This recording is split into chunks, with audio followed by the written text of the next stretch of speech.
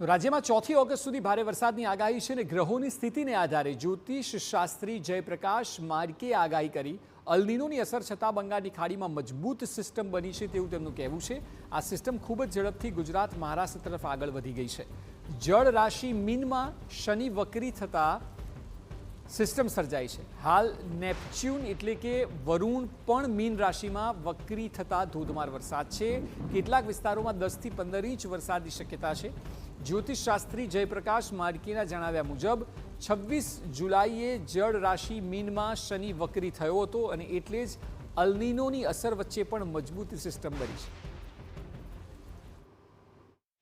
લગભગ શનિ વક્રી થવાની સાથે જ બંગાળની ખાડીના ઉત્તર ભાગમાં ઝડપથી સિસ્ટમ બની, લો પ્રેશર સર્જાણું અને ઝડપથી મજબૂત પણ બની ગયું, ડીપ ડિપ્રેશન પણ બની ગયું અને શનિની પશ્ચિમ દિશા તરફ સડસડાટ આગળ વધ્યું।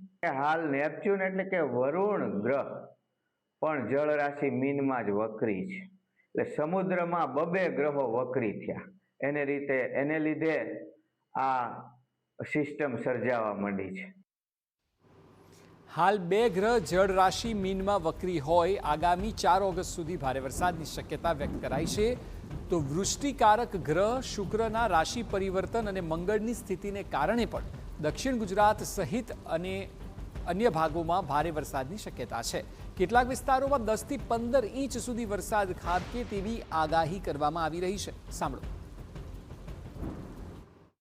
કારક ગ્રહ શુક્ર છે દક્ષિણ દિશાની કન્યા રાશિમાં પ્રવેશ કરી રહ્યો છે અને એને કારણે દક્ષિણ ગુજરાતમાં ભારેથી અતિ ભારે વરસાદના સંજોગો ઊભા થયા છે અને મંગળ છે એ પશ્ચિમ દિશાની રાશિ મિથુનમાં પ્રવેશ કરી રહ્યો છે આરસામાં, એટલે ગુજરાત અને ગુજરાતના પશ્ચિમ ભાગમાં પણ સારા વરસાદના સંજોગો ઊભા થઈ ગયા છે।